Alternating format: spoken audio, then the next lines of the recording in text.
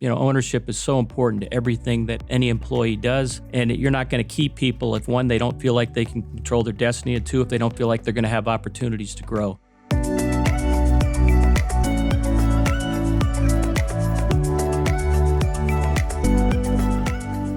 You ever wonder why sometimes the smartest people just aren't performing at the highest level that they can? Well, stick with me. You might just find out why. Welcome to How Leaders Lead. I'm David Novak, and every week I have conversations with the very best leaders in the world to help you become the best leader that you can be. My guest today is Greg Johnson. He's the executive chairman of Franklin Templeton, which is a global investment firm that manages more than $1.5 trillion in assets. He's also the principal owner of the San Francisco Giants, who happen to be off to a great start this year. And in both roles, Greg leads with trust to make sure that the smartest people in his organization can perform at the highest level. He believes people do their best work when they're given real ownership over their decisions and opportunities. So many leaders think that they've got to keep their people on a short leash and retain control. But when you listen to Greg, you realize if you want to build empowered teams and keep your best people, you got to let go and let them take ownership. So here's my conversation with my good friend and soon to be yours, Greg Johnson.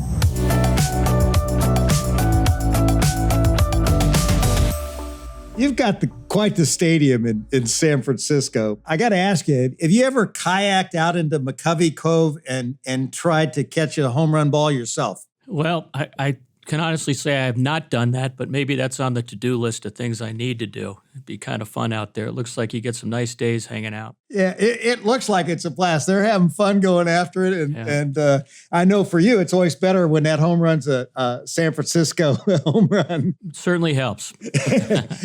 Tell me a story, Greg, about the best part of being a baseball owner. Well, I think for me, it's just having been a Giant sports fan my whole life and followed all sports. And then, as our family got more involved with the Giants, just day to day following them a bit more. It's different because it's such an emotional, game that you every win and loss becomes so large. I think somebody said it best when they said that you kind of almost expect to win every game, but if you lose the game, you're kind of suffer in despair until the next one. And I think that drives my wife crazy and says you can't follow everyone, but it is just emotional to do it. You get so attached to it, but so much fun, for me right now at this stage of my life. How many games would you go to a year? Well, I go to every game when I'm home, and that's probably around 30. Almost close to half the games I'll go to. I travel a lot, but when I'm there, I think with MLB TV and the streaming now, I watch every game live no matter where I am and what I'm doing, and that's not made my wife very happy either. What's your process to set new goals heading into each season with your leadership team? Yeah, I think it's hard. I mean, I think I try to apply the same approach I had in all my years at Franklin, but I think baseball is a little bit different where, when you're chairman, I have baseball operations, the president reporting to me, and then I have the business side reporting to me, and they're two really very different things. To come in and say I have to win X number of games and define that as success, I think is not very fair.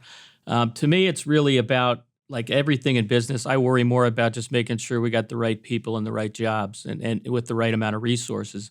And baseball is very different because there's so many things that are so hard to measure where, you come from the business side, I can have specific business goals for the business operations like you would at Franklin Templeton, where you say here the X budget, we want attendance here. You have a lot of metrics. You can measure them day by day. On the baseball side, it's a little bit harder. And then you couple that with injuries and things, it's a bit tricky. You have to set goals on the business side. We do that just like I would, but on the pure baseball side, it's a little bit more difficult to measure. How do you go through just the process of assessing people? I'm sure you have to do that every year. Look at your team, strengths, weaknesses. How do you look at that and just the team that you have to lead them? Well, I say again, the difference between Franklin Templeton is you have massive feedback on everyone on a daily basis with social media. So and you have very smart people that follow the team, really great writers for The Athletic. And I just spend my mornings reading through every one of them. I try not to do too much of the social media, Twitter, but there are a lot of very smart people that follow the Giants and have great insights and opinions. And, like I did at Franklin, I try to network with those and build relationships with those and build trust with those where you can use them. It's almost like having your McKinsey group for free to talk to about the team, the mix, and really the coaching staff too. And I think a big part of what I think about is like you would again at any organization is the tension of analytics versus intuition and trying to balance those two. And that's really very important from my perspective. You have kind of an arms race with analytics. It seems like we approach everything with, 6 to 8 teams have this, so we better get it. And then if you say, well, how do I know if this is going to work? I don't really get any kind of answer to that. And we continue to spend a lot on that, and that's one area that I try to balance. And then just the analytics side, which I'm sure you've heard about, that just gone so far, it almost takes the manager out of the role of managing games day to day. So that's something we try to look at and try to balance, and just how the human element sometimes gets lost with the analytics, that you bounce players around up and down too much. At the end of the day, they're people out there, and they're battling, and they're doing the hardest thing in the world, and that's hitting the baseball. So to me, it's really getting that right mix and balance between your old school and your new school analytics. And I feel pretty good about, where we are this year in doing that. How do you bring the intuition into play? Because you're right. I mean, I've read a lot about it. People have told me about it. The analytics are so clear. You don't even think you necessarily need a manager. Just do X. But the intuition part has a lot to do with the success of any team. No, you think about it. I mean, a manager's there day to day with the players. He knows what's going on in their heads. He knows where they are. Are they in a little bit of slump? Where the analytics person may be just looking at it strictly from statistics. And if you look at even our team over the last few years, we really relied heavily on analytics, and things like the bunt were completely taken out. They weren't even working on bunting in the minor leagues because the analytics said you don't give up an out with a bunt. But when you watch a lot of games and you have a manager that sees games and you're in a tight pitching battle where you're not going to probably beat this pitcher and you get a runner on one way or another, that may be a good time to consider a bunt. But if you haven't worked on bunts all year, you may be frustrated that person can't get the bunt down. So that's just one example of, to me, where the game went a little bit too far one way, and saying, I just think there's certain situations, and that's something we talk a lot about, is situational baseball, being ready to adapt to whatever's happening out on the field. And I don't think we were as good at doing that in the past few years as we will be this year. One of the things I've always admired about you, Greg, is that you're very straightforward. You take feedback well. You're looking to get better all the time. You mentioned just the social media and all the experts out there. Have you found that you've had to develop a thicker skin through this whole process? And how do you handle the criticism? Well, I think you have to accept that comes with the job. That's just part of sports. And I always look at it a different way and say, if they weren't as passionate and critical, we'd be losing a very engaged fan. So let them be very critical. Somebody said, what's the difference between, being a CEO at Franklin Templeton and this? I said, well, I didn't get death threats as a CEO at Franklin. So it can get a little crazy at times. And as an owner, you mentioned you have great people around you, and just, making sure you do is a key thing. But as an owner, what's your involvement in how the club makes decisions? Will you give me one of those stories where you get involved? Well, I think where I get involved, obviously, is just the senior management side. I look at this role as something in between what I was as a CEO and a chairman, where a typical chairman is not going to be involved in the day-to-day. But at the end of the day, I don't look at myself 100% as a CEO either, even though I do have the two groups reporting to me, because they are so different and they're 100% accountable. And, our person leading the business side has been doing it a long time, and we have a lot of confidence in that person. So I don't find the day-to-day. I could be as involved as I want. I get very involved in certain parts. Free agents, that would be an area where I'm going to meet with the free agent, especially the higher profile ones, sell them on our story, be helpful in any way I can. But at the end of the day, to me, accountability is the key to any successful organization. And if I'm in there leaning in on decisions that are going to be, should we sign this person or that person, it's going to be hard for me to hold that person accountable. So I look at it more, almost leaning more towards a chairman's role than I would, a typical CEO as far as the day-to-day decision-making goes. Larry Bossidy, the great chief executive, one of the best of all time, had this saying where he says, you take the joy of the job away when you take the joy of the decision away.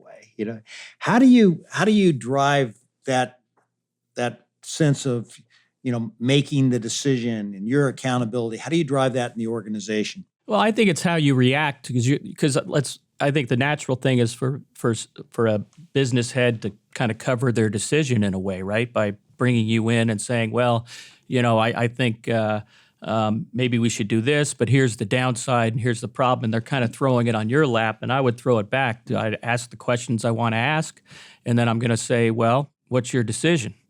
Now, if it was something that I felt was completely off base, I'd probably, push back a little bit. But at the end of the day, I think I want them to make a more informed, better decision. I'm going to ask questions, that I think are relevant to that process, but I'm not going to be the one ultimately that overrides somebody who is got a much better level of experience than I do. And again, I'm not a sports expert. I'm somebody who came up on the business side who's now been involved, and I try to apply the things I learned at Franklin Templeton, in 35 years to baseball. And to me, it's really about measuring and getting feedback on decisions, because I think that gets lost in sports a little bit. It's just, well, they're doing it, so we're doing it, and we got to continue to spend in this way without saying, okay, if we buy that new technology, tell me what it's going to do and how are we going to measure it. I think that's where I kind of probably get more involved and change how we have done things in the past. I remember talking to Commissioner Rob Manfred on this podcast about the Major League Baseball Owners Meeting. It's really tough. You got 30 powerful people in the room there. What's one of your more memorable stories from a discussion in those rooms, if you in that room, if you don't mind sharing it? If I don't mind sharing, you're going to get me in trouble here, Dave. It's also been very interesting. I think, the owners meeting, you really have, as far as backgrounds, and you've got people that are hedge fund operators, private equity, generational families that have owned teams for a long time. And so you get a very different viewpoints. But I'd say overall, fairly collegial. I mean, there isn't too many battles that, I can recall. I think, I always say Rob's got one of the toughest jobs in the world, because, the disparity of revenues between the teams and his mandate of, and baseball's mandate of having a competitive balance creates a natural friction between the smaller market teams and the bigger market teams. And when the way we've dealt with that in the past is transferring monies between the large markets to the smaller market teams. So at any one given point, the commissioner has about, a third to a half the teams upset with them. One, that they're not getting enough, and two, that they're paying too much. So I think that's probably, the most contentious, is debating those kind of topics. But overall, I'd say very collegial group that at the end of the day just wants to have a better product out on the field and engage more fans. Hey everyone, it's Kula from How Leaders Lead. And if you've watched our podcast for any number of episodes, you probably know that a common theme from all of the great leaders we interview is that they are active learners. They have this commitment to continuing to learn and grow so that they don't stay stagnant, and so that they continue to see success in their leadership and in their life. This theme of active learning is so important, and it's what David's latest book, How Leaders Learn, is all about.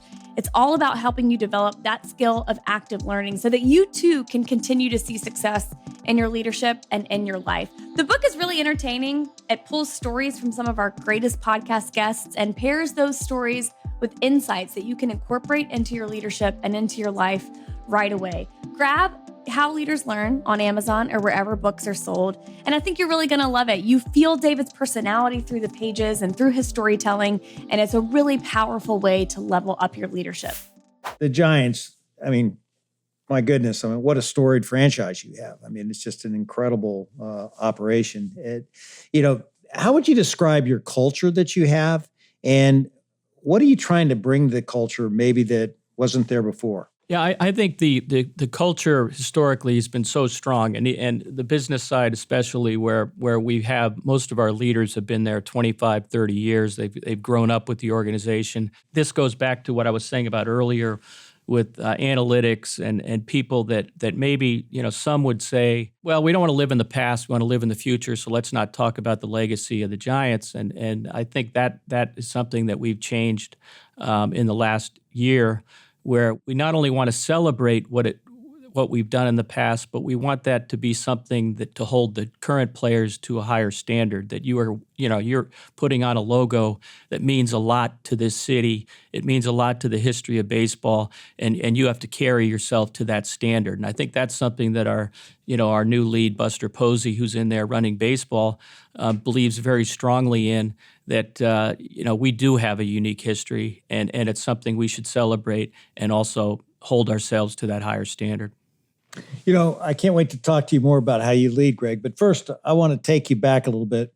What's a story from your childhood that really shaped the kind of leader you are today? I've been so fortunate to have parents that I would say have always set the example every day in how they live their lives, and but not tell me how to live mine. And that goes back to the earliest days. I was never really pushed into Franklin Templeton. It was something that was a choice, that I made when I was young. But I think some of the, and I think back to the early days, and, like most adolescents, very competitive, very sports-oriented, playing all sports. And I remember I was in a tennis tournament with my father, and I was probably getting a little bit too vociferous on getting upset or getting a little emotional in a match we were playing. And he very calmly pulled me aside and said, "If I see anything like this again, we're walking off the court." And it just sounds like a little thing, but if you knew my father, he didn't have to raise his voice. He didn't have to, when he told you something, it meant something. And to me, that's something I've always thought about in how I lead an organization and interact with people, that at the end of the day, you better keep your emotions in check, and you've got to be the cool-headed presence out there. And I think when I think about, if there's anything I could say about myself, is I don't get too wound up in stressful situations. I try to be that cool presence, and I think I owe a lot of that to just watching how my father has interacted, how he built the business with, also balancing 7 kids in a family, and how my mother, who married my dad before college, or before finishing college, had 7 kids. I had 7 siblings, and then went back to finish college, went to medical school, and was a doctor while balancing 7 kids at home. So I said, if you can do that, if those are your 2 examples, you're off to a pretty good start in life. Yeah, I'm blessed to know both of your parents, and both of them are iconic. They definitely are, and you had to follow your father's footsteps, which is tough to do. How did you do that? And was it challenging for you? Or, I mean, it's challenging just because of who he is, but I mean, how did you develop your own identity and get that comfort? I think it goes back to it's not always an easy thing to do, and it depends on the type of personality of that person, a leader, founder. That can you let go of the reins? And he did that with us at a very young age. Where and I think the other point is that we had a business that was growing very rapidly when I jumped in the early '80s. The business was kind of taking off.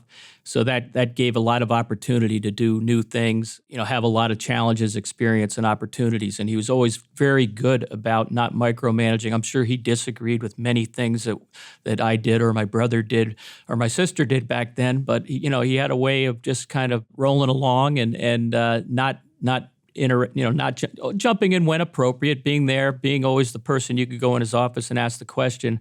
But always had the right kind of temperament and approach in dealing with family issues. Yeah, that makes a lot of sense.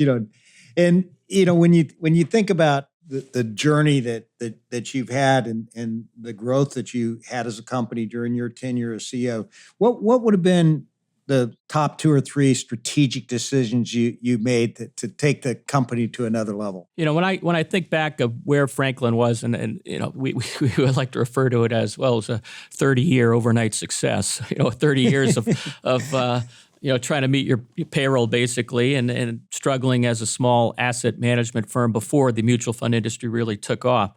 When it took off, with money funds, 70s, and then fixed income funds, we were in a fortunate position to one, introduce one of the first money funds, and then really have the first double state tax-free funds, and that's really where the business took off.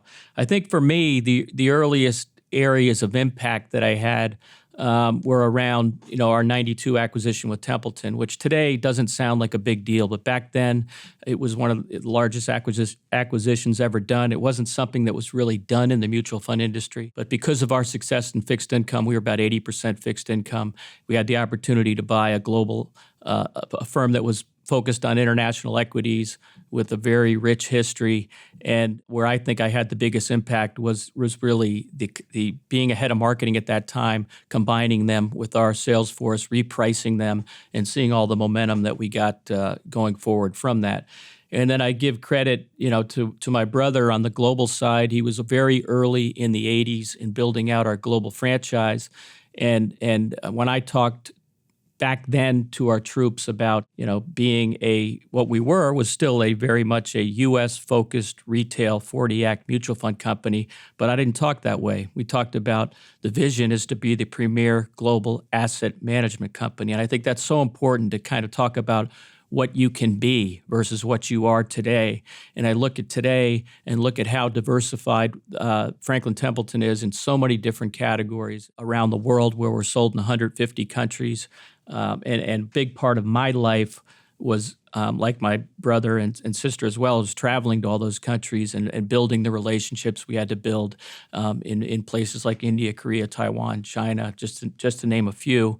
And today we are in a position, because we did that at a time when the mutual fund industry was still doing very well in the U.S., and a lot of companies didn't want to make that investment of time and money and uncertainty and risk into other areas. But we felt like, for long term, that was the right move, and I think that's where I can look back on my career and feel the most pride. Well, you certainly have made a lot of great long-term moves. I mean, you got over $1.5 trillion in assets today, which is just absolutely staggering. When you think about, going into these countries, tell us a story about one of the countries that you entered that, you're really proud of, that wasn't necessarily an easy thing to do. The appreciation I always had of all that travel is, we I think sometimes as Americans, you tend to look at regions and say like, oh, Asia's Asia, right?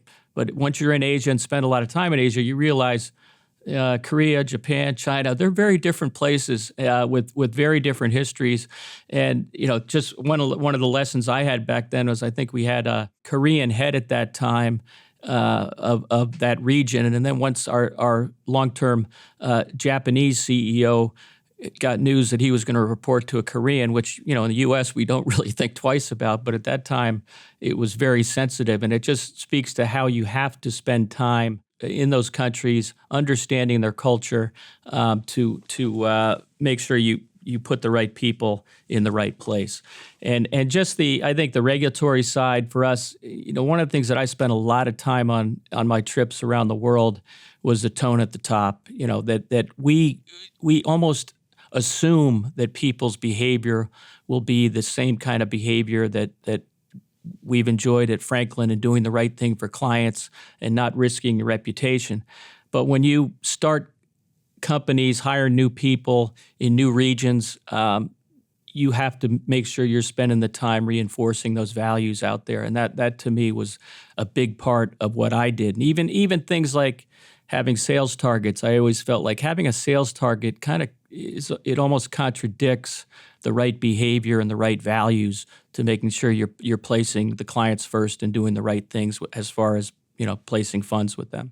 How do you balance that? I mean, having sales targets versus just the whole values that you want to have in your company. Well, I think they still have them. I just don't weigh them like as much as, I would, because you've got to have those reach targets out there. But it was something I could speak to, about, when I was in those offices about, how that potentially can conflict and never do anything. Because at the end of the day, we've learned lessons too, where if you have the wrong kind of behavior in one of your places, it could be Japan, it could be India, it could be anywhere, that affects the global brand. And word travels quickly. So we just have to make sure, to me, it's the biggest risk an asset management firm has. You're built on trust. And if you make one mistake in one of your offices with somebody who may not have been there more than a year or two, that's going to affect your entire business. You're obviously a great communicator. So let's put you in a situation where you're going into one of your offices and you're going to talk about the company and the challenges. What's your typical approach to a communications meeting like that? And do you have a few points you always want to make? Well, I think the point I'm always going to close with is that tone of the top point and just the culture and who are we? And it's not something you put up on the wall, right, Dave? As you know, you don't. That doesn't work. You got to walk the walk and talk the talk.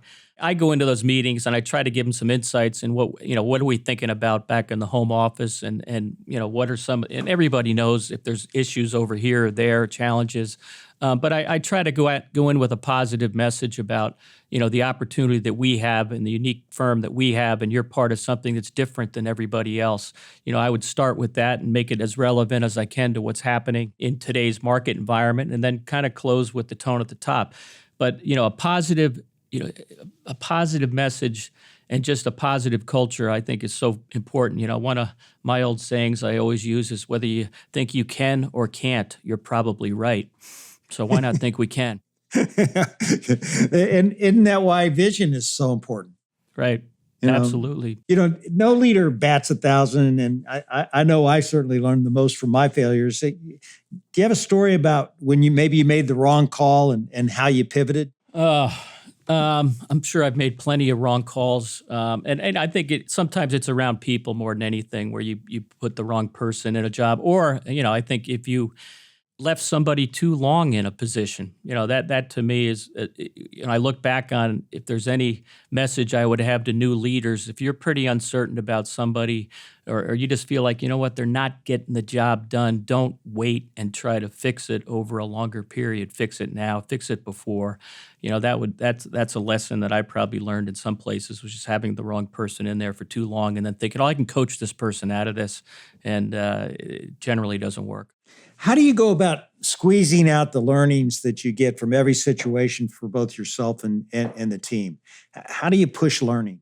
I mean, that's a great question, and pushing learning is probably the most important, or one of the most important parts of building a winning organization. And it starts to me with the type of people that you're going to attract and hire: curious people that ask questions, people with energy. And I always encourage everyone, don't get caught up in your silo. Reach out, go invite somebody to lunch from accounting, and you're in sales, or just wherever that's just one example, but I think it makes a stronger organization. And then the other, is just about how senior management looks at talent and evaluates talent, and you have to spend time sitting in a room with your leaders and looking at your next level and thinking about how I'm going to develop that next level. And when I talk to employees, I used to say career paths are not obvious, and they shouldn't be obvious. And if we're doing a good job as an organization, we're going to find you. So do the best. Never feel like I'm at a ceiling, so I can't move out of that. It's our job to find that person, do the best where you are, and you will continue to grow with the company. And I think that's important for any management team, to make sure you put that time aside to evaluate your talent and then come up with action plans for them. You're known for being a really outstanding strategic thinker, but we all know that you can have great strategy and you don't have execution. It's useless. How do you drive execution, in your company and with your team?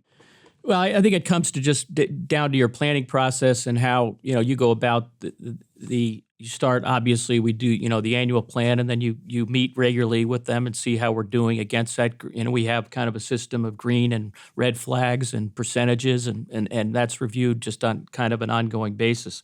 But you're right, the old saying that no battle plan survives contact with the enemy.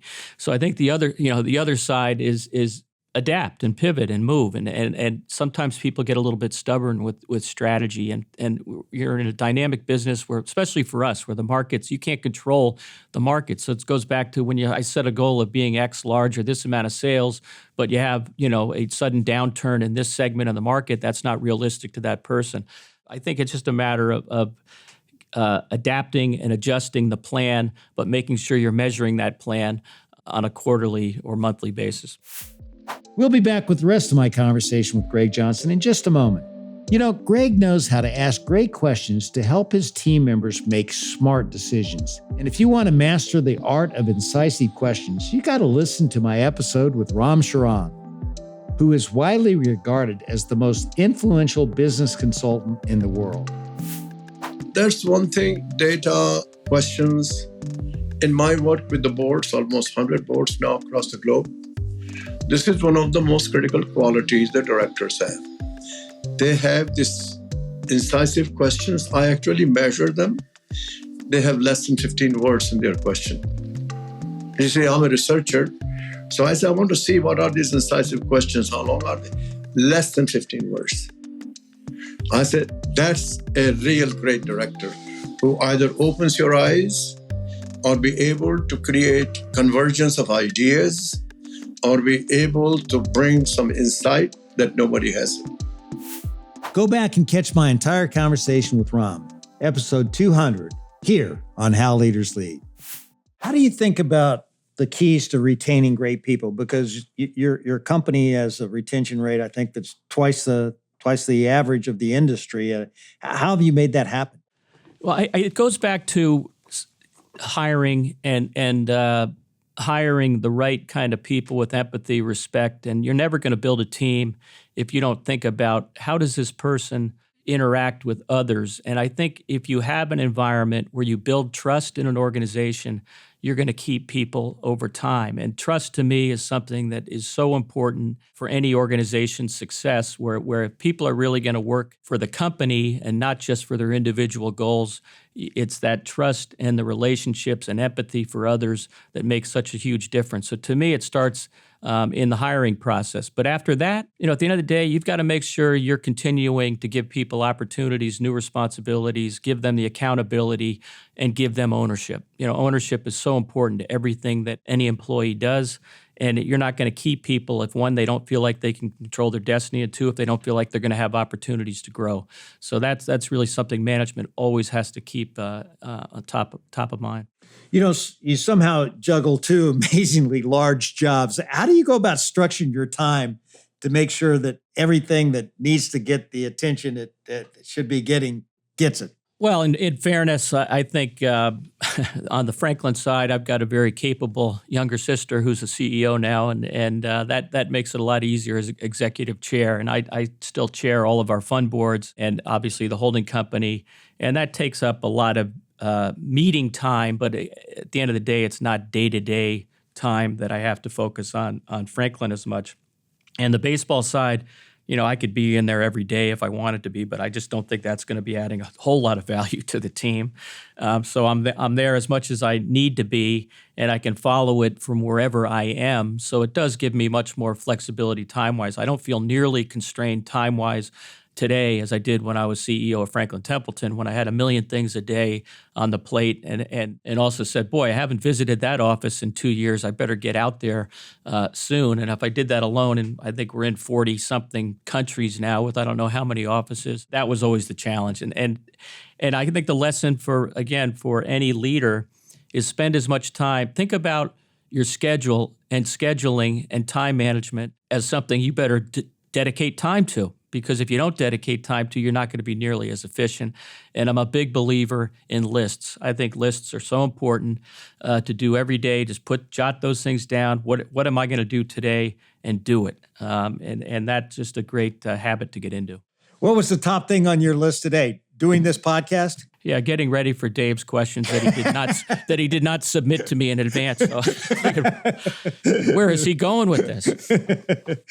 So, you moved from the financial industry into baseball. What was the biggest thing you had to learn? What, how'd you accelerate your learning curve as a leader making that shift? Yeah, just like you would do in any job. I mean, the mentoring is so important, and having relationships with other owners that you have, like a Terry McGurk who we know, and somebody who's been around for so long, and ask questions to those people. And the beauty of baseball, again, it's so collegial. If I call up any different owner, they're going to share their thoughts with me, and it's not that same kind of competitive fire that if you called if I called a competitor on the financial services side that you would get. So it's really building that broad network of people. MLB has incredible people back in New York that'll answer any question and help you at any given time. So the network's there. It's just going out and being curious, asking the questions. And I said baseball is amazing because the amount of books that are written on statistics and everything about this game, it's probably followed more closely because you can measure everything by people that love talking about stats. The learning curve's pretty quick. And I think I read about 15 books. There's every metric known to mankind now measuring baseball activity. What are you doing now to really sharpen your axe? I mean, how are you going about being a better leader today? Well, I still think, reading books and there's so much written about leadership. And I would say that, again, the lesson that I've learned is you can't try to be somebody else. To be authentic, to build trust. You are who you are, but you can learn things to kind of tweak who you are. I'm sure, Dave, that you probably didn't want to be known as a Steve Jobs when you retired, but Steve Jobs was a very successful leader. But that's not going to fit my style or your style in how you want to run a company.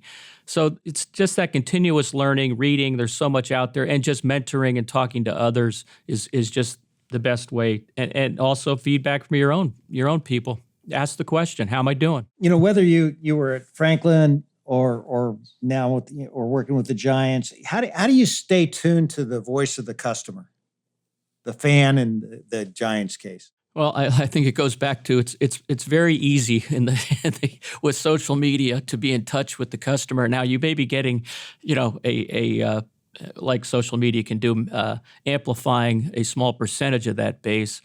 But it's really just, look at half, probably more than that. My good friends are all Giants fans as well. So you get pretty direct feedback on things, and people will kind of tease you on one thing or another. But it's easy to know how the fans are feeling. I think it's sometimes a little bit harder to know how the team's feeling. And that's where I kind of try to build some relationships with some of the longer-term Giants players where they, once I have that trust, I get a pretty candid view of how things are working with, the manager, with the clubhouse, with the analyst side. And when something's out of balance, that's when I'll kind of jump in. And there have been plenty of times where that's been the case. We talked earlier about just the storied franchise you have. You really have a tremendous brand today. When you think about the top three things you're really thinking about in terms of growing your brand, what would they be? At the end of the day, the brand, you're in a competitive sports world. So the brand, we view ourselves as we should be competitive for a World Series every year. And if we're not, then maybe we're not doing everything we should be doing. And we view ourselves as stewards of that franchise. We're not business owners. We're not maximizing the valuation. I tell people I don't really care about the valuation. What we care about is, winning championships for this city, because it's such a positive. When I think back on the 3 World Championships the Giants had, it was just an amazing time to be in San Francisco, to be in the Bay Area. That's what we're striving to be. And I think, I feel confident that we're on the right path to get there again. It'll be so great for the city of San Francisco to have the Giants, back in the playoffs and competitive. Buster Posey, he played his entire career with the Giants, and he helped you win those 3 World Series rings. But he's moved into the front office now, and he's in his first season as the head of baseball operations. How do you think about promoting from the inside instead of looking outside? Well, I always think it's the first place you should look. I mean, it's so important to, again, back to what we talked about earlier on retention and opportunity for people. Buster was just he's a person that I got to know, as when he was a ball player through COVID and dealing with some of the strike issues that were, happening back then. Somebody that I could have a dialogue with and get kind of the player's view of things. So I thought that was very important to kind of reach out to a player and build that where we could have a discussion that wasn't us battling in the press all the time, that tends to be the case with these kind of negotiations. And the more I got to know Buster and the more I was around him, I just felt like, boy, this person has every quality you look for in a leader. He's all about the players. He's not about himself. He's extremely intelligent. He has an amazing EQ, and probably moved into that role a couple of years ahead of what we would have anticipated or planned or thought or even would have offered. But it was just the opportunity was there last year, and having him as part of the ownership group and part of the board, where all of us felt extremely comfortable with him. And the first thing he did was hire from within his two key hires, where he felt like, I'm out here interviewing these people. We've got the best two people right here in the organization, and I fully supported that. And it's been very positive overall for the baseball operations people. It's so easy, for young leaders to buy into this lie that they have to know everything. And you're obviously a seasoned leader. I mean, you've been in business for a long time, and you've done so much. But how have you kept yourself from falling into that trap of thinking that you know everything? Yeah, that's never been a problem for me.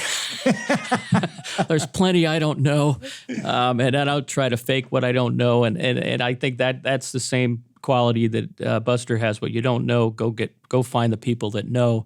And it's the same thing with being true to yourself and knowing your blind spots. You got to know your blind spots too, and you've got to work on those and get help on that. So I've been humbled many times in business, and I will continue to be humbled in sports.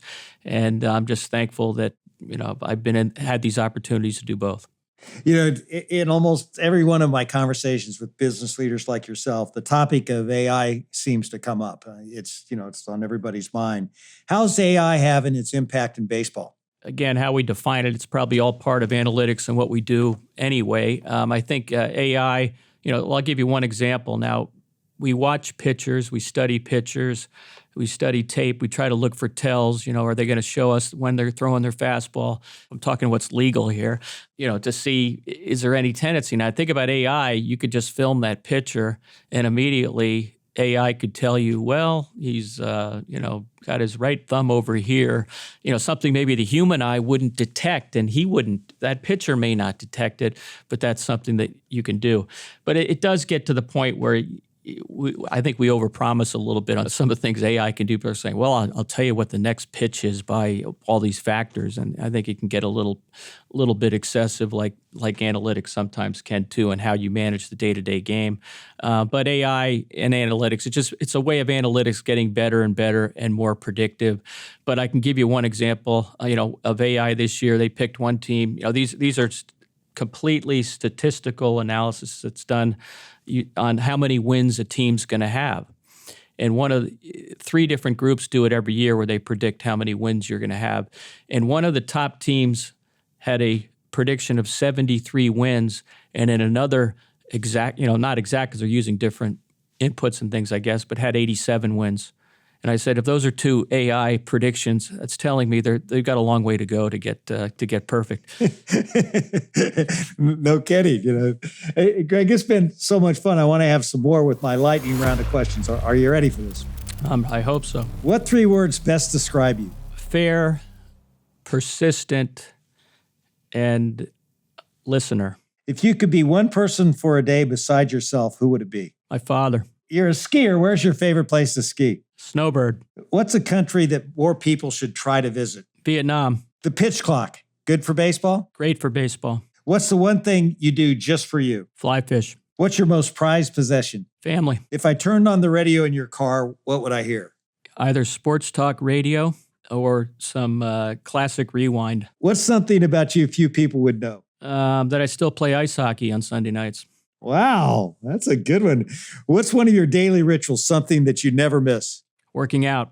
All right. We're out of that lightning round. Good job. Now I got a few more questions. We'll wrap this thing up. Tell us a little bit about your family and how you balance everything you have going on and deal with it on a personal level. Yeah, I'm not sure I do, but I have a very tolerant wife that has done a wonderful job in being there and raising our kids when they needed somebody there. And I think that's always the hard part of what we built while I was young in my career and having having to be away so much from the home. You have to have the right kind of person that can handle the family, and she did a great job at that. And I tried to be there whenever I could be there, but just the demands of a global company put a lot of strain, on that kind of balance. I'm never sure what balance means. It just means, I guess, the family's happy because there's no right number to measure that on. And I'm very thankful that I had a wife who was very, very tolerant of some of that travel and maybe a little golf too there. Yeah, one of the things that we talked about a little bit earlier, you were never pushed to be in the family business. It was something you did. How are you approaching that with your own kids? I think the same way. I think one of our daughter's a lawyer and a human rights lawyer living in Europe, and our son is now working for the family business, but it was never a push from me. It's something that he wanted to do. He did other things before that, and I'm hopeful he stays in it, but I would never push him towards anything that I want happy children and happy family, and if it's doing something else, I'm fully supportive of that. What do you see as your unfinished business? A World Series win for the Giants is my unfinished business. And what's got to happen this year for that to happen in your mind? What has to happen on the team for it to gel? I think the first thing is stay healthy. I mean, you've seen it. It just this baseball. There's way too many injuries, especially for pitching, and we have some amazing young pitchers, and have them have their breakout years for a couple of them would be the key ingredients for us. Last question. What's one piece of advice you'd give to anyone who wants to be a better leader? Persistence, persistence, persistence. At the end of the day, that's going to matter more than anything. So just keep at it. I think that's an obvious but very powerful message for anyone. Well, Greg, I want to thank you so much for taking the time to be on this podcast and have this conversation with me. I've always admired what you've been able to do, and just as importantly, how you get it done. You do walk the walk, and I think the example you set is something that every leader could learn from. So, thank you very much. Well, Dave, thank you, and a pleasure always being with you. And we all know you are one of the great leaders out there, so it's great to share any time with my good friend Dave.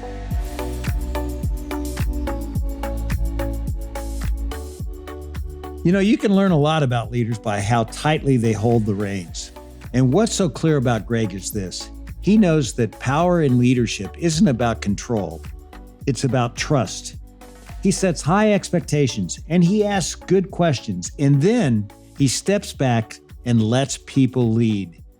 He gives them space to grow, to make decisions, and to own the outcome of it all. That kind of smart trust is how you build more motivated, loyal, and capable teams. And it's how to create a culture that people love to be a part of. So here's something to try this week. Look at one decision you're holding on to. Is there someone on your team who's ready to take ownership of it? Give them the reins, back them up, and see what happens. So do you want to know how the leaders lead? What we learned today is that great leaders let people take ownership. Coming up next on How Leaders Lead is Guy Loureiro, chairman of Walmart Mexico, also known as Walmex, and Walmart's regional CEO for Canada, Chile, Central America, and Mexico. So be sure you subscribe on YouTube or wherever you go to get your podcasts so that you don't miss it. Thanks again for tuning in to another episode of How Leaders Lead, where every Thursday you get to listen in while I interview some of the very best leaders in the world. I make it a point to give you something simple on each episode that you can apply to your business so that you will become the very best leader that you can be.